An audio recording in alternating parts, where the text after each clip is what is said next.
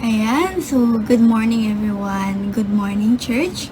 Before we start our day po, let us take a moment to thank God for this wonderful, beautiful morning po. And also po to thank God for this another opportunity po to experience His goodness. So, bago po tayo mag-start, tayo po muna manalangin at magpasalamat sa ating Panginoon. Let's pray. Yes, Father God in heaven, thank you po Lord sa araw na po to Lord. May you guide us and bless us po Lord for this another day po Lord. And naway pumasok po kayo sa aming mga puso po Lord.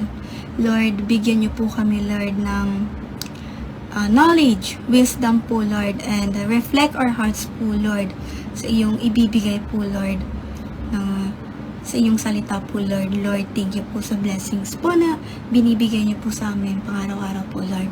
At yun lamang po, this is my name we pray.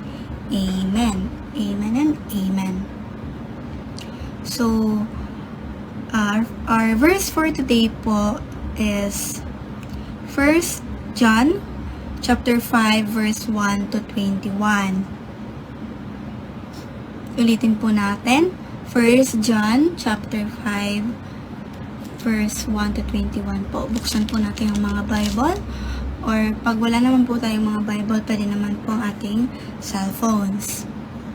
Sa Tagalog po, unang Juan chapter 5 verse 1 to 21 po.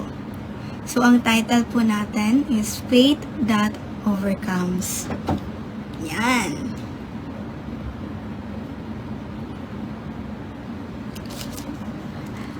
Ayan po. Napagtagumpayan natin ang sanlibutan. So, babasahin po natin muna ang ating scripture. Sabi po dito, ang bawat sumasampalataya na sa Jesus, ang siyang Kristo ay anak ng Diyos.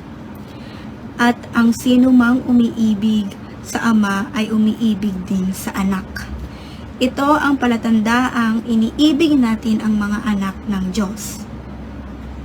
Kung iniibig natin ang Diyos at tinutupad ang kanyang mga utos, sapagkat ang tunay na pag-ibig sa Diyos ay hindi pagtupad sa kanyang mga utos.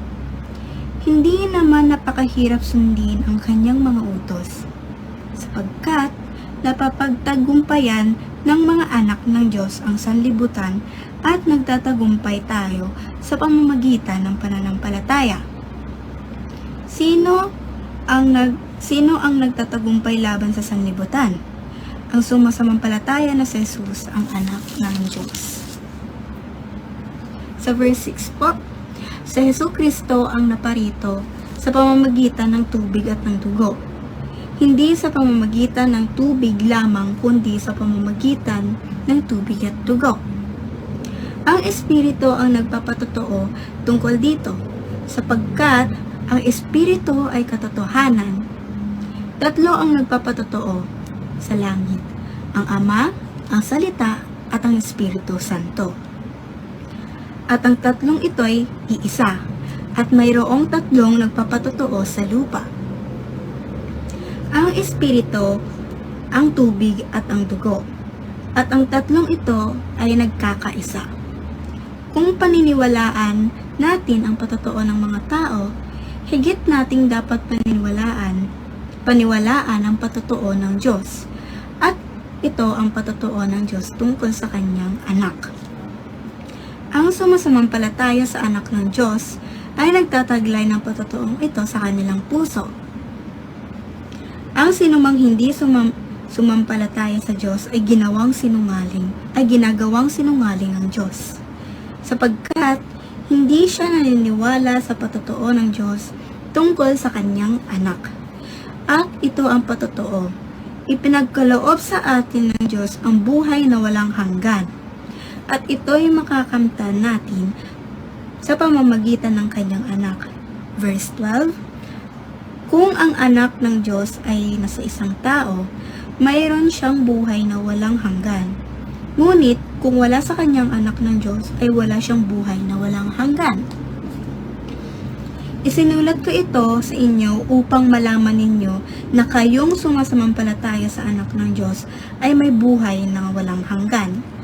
May lakas loob tayong lumapit sa Kanya dahil alam nating ibibigay niya ang anumang hingin natin kung ito naayon sa Kanyang katotohanan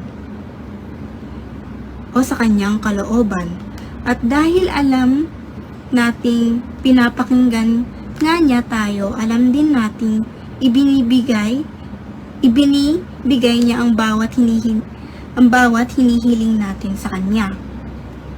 Kung makikita nino man na ang kanyang kapatid ay gumagawa ng kasalanang hindi hahantong sa kamatayan, ipinapanalangin niya ang kapatid na iyon sa Diyos na magbibigay sa taong iyon ng bagong buhay. Ito ay para sa mga kapatid na ang kasalanan ay hindi humahantong sa kamatayan. May kasalanang hahantong sa kamatayan at hindi ko sinasabing idalangin ninyo ang sinumang gumagawa nito.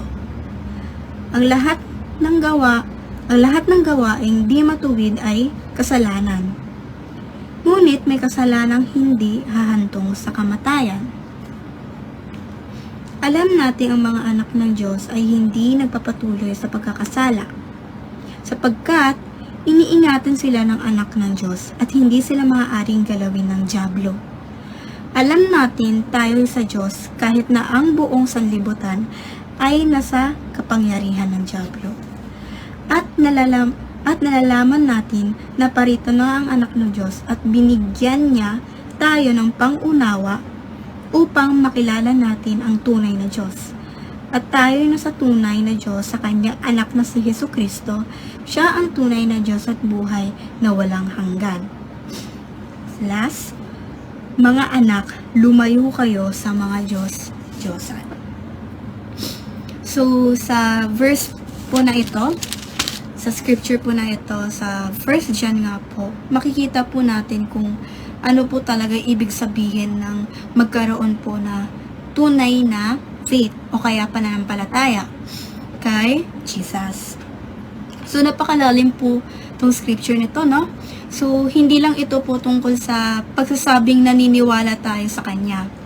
Ang tunay na faith ay nakikita sa pagmamahal natin sa Diyos, pagsunod sa Kanya, pagmamahal sa ibang tao, at pagtitiwala sa Kanyang lahat ng pagkakataon. So, balikan po natin. Sa verse 1 to 3 po, sinasabi po na kapag mahal po natin yung Diyos, kasama rin dito ang pagmamahal natin sa Kanyang mga anak, pagsunod po sa Kanyang commandments. Sorry po. Ibig sabihin po, hindi natin pwedeng sabihin na mahal natin si Lord, pero ayaw naman natin siyang sundin.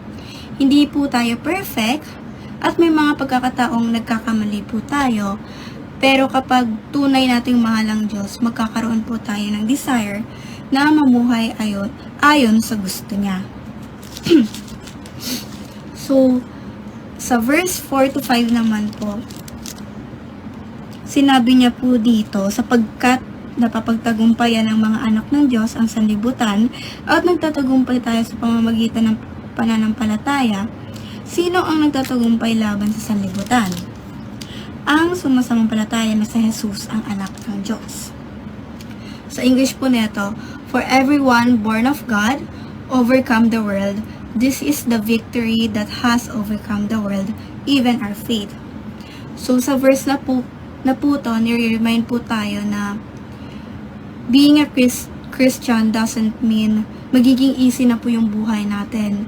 May mga problema, may mga disappointments, may mga doubts po tayong nafe-face, at moments po na parang gusto na po nating sumuko. Sinabi po dito sa Bible na our faith is what help us overcome the world. So, sinasabi po yung ating pananampalataya po na overcome po siya sa mundo.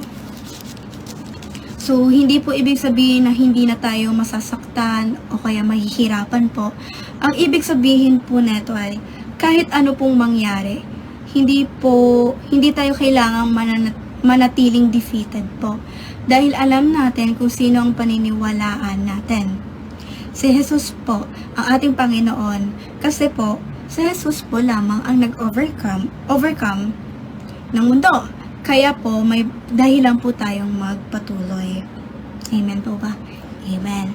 So, sa verse 6 to 12 naman po, sinabi po dito, binibigyan po tayo ng assurance tungkol kay Jesucristo po.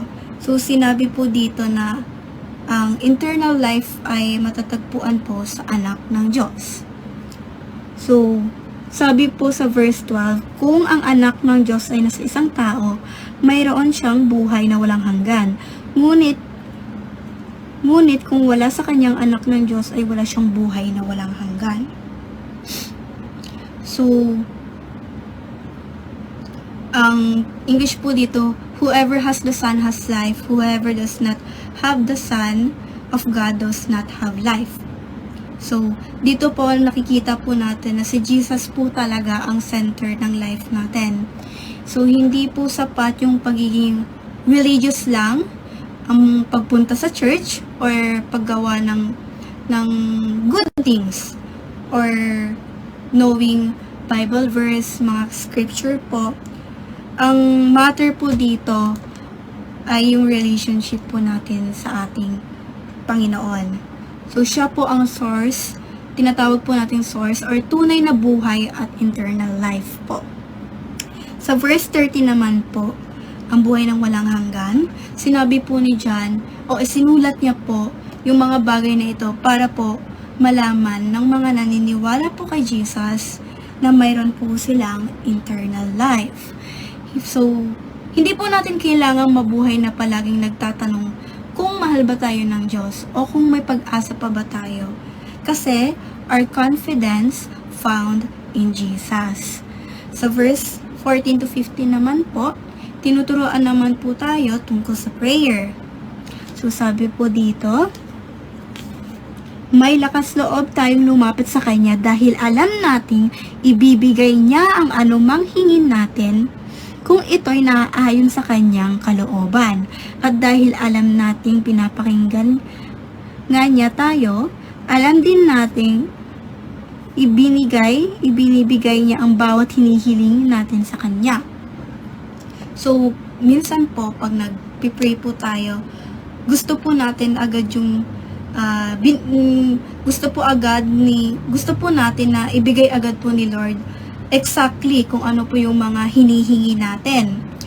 Kapag hindi po nangyari, iniisip po kagad natin na hindi tayo narinig ni Lord. Pero po yung prayer na po tayo hindi lang tungkol sa pagkuha ng gusto natin. Prayer is also about aligning our hearts with God's will po. So, we can confidently approach God po because naririnig tayo.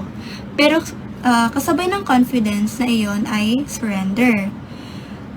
Pwede po natin sabihin na, Lord, kung ito ang gusto ko, pero mas gusto kong mangyari ang will mo. Pwede po tayong mag-pray ng ganong prayer po. So, next po, sa verse 16 to 17 naman po, pinaalalahanan po tayo na ipag-pray po ang ibang tao kapag nakita po natin silang nagkakasala. Instead na puro po tayo judgment or criticism, we should also learn to pray for them po. Kapag may mga taong nagkakamali, hindi natin alam kung anong mga battle na pinagdadaanan niya. Kaya instead na pag-usapan lang natin sila, pwede rin natin silang ipag-pray. Next is sa verse 18 to 20 po. Next po is, binibigyan ulit tayo ng assurance tungkol sa identity natin bilang children of God. So, we live in a world where maraming bagay ang pwedeng maglayo sa atin kay Lord. So, pero binigyan po tayo ni Jesus ng understanding upang makilala natin ang tunay na Diyos. At pagtapos ng lahat ng sinabi ni John, nagtapos po siya sa isang pinakamaikling warning verse. Sa verse 21, mga anak, lumayo kayo sa mga Diyos-Diyosan. Dear children, keep yourselves from idols. At first, parang ang simple lang neto, parang ang simple lang basahin neto, parang ang bilis, parang ang daling gawin. Pero napakalalim po ito mga kapatid. Dahil hindi lang naman libulto po ang pwede nating maging idol. Pwede pong pera, pwede pong relationship, pwede pong achievements, pwedeng social media, pwedeng approval ng ibang tao, o kaya sarili nating mga plano. Anything that takes God's place in our hearts po, sa ating puso, can become an idol. So kahit isang bagay na originally good ay pwedeng maging idol kapag mas importante na ito sa atin kaysa kay Lord. So ang application po natin na this scripture po reminded us that our true faith should affect the way we live po. Hindi sapat na sabihin kung naniniwala ako kay Lord, kilala ko si Lord. We should learn to love Him, to obey Him, to trust Him, and guard our heart from anything that could take His place. May mga panahon na mahirap magtiwala, lalo na kapag hindi natin naiintindihan kung bakit may mga certain things na nangyayari sa buhay po natin.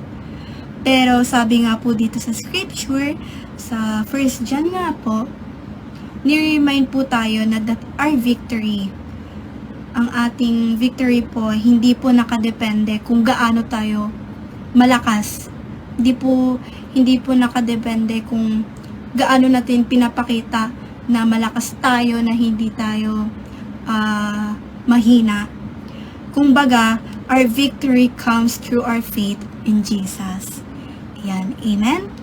Kaya kapag dumating po yung problems, yung mga problema po natin, mga temptations po natin, mga doubts, disappointments po, instead na sabihin natin na hindi ko na kaya, suko na ako, we can remind ourselves po na hindi ko man kaya mag-isa, pero may Diyos akong pinaniniwalaan.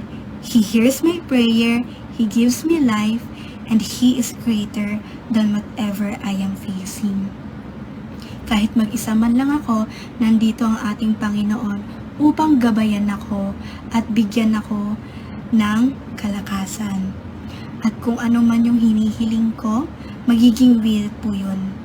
Kung ano man yung hinihiling ko, ay dapat will din po ni Lord. So, pwede po nating itanong sa sarili natin kung may mga bagay ba sa buhay natin na mas binibigyan natin ng attention, love, or kaya importance sa mga anumang pinagkakaabalahan natin kaysa kay Lord. Pero, at the end of the day po, Jesus should not only be part of our life, but also, He should be the center of our life. He should be the center of our life po. Amen po ba? At yun po lamang ang ating devotion sa 1 John chapter 5 verse 1 to 21 po. So let's close this within a close prayer po. And tayo mag-pray.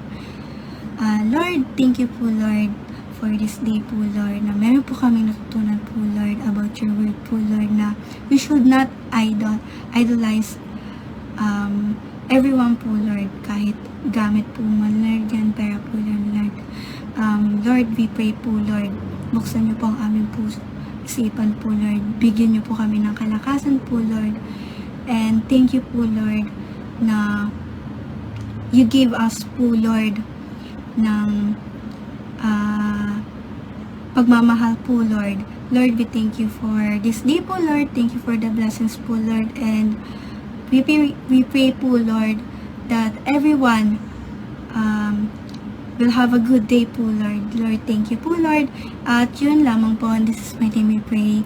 Amen. Amen and amen. And good morning nga po ulit sa inyo lahat. And Thank you!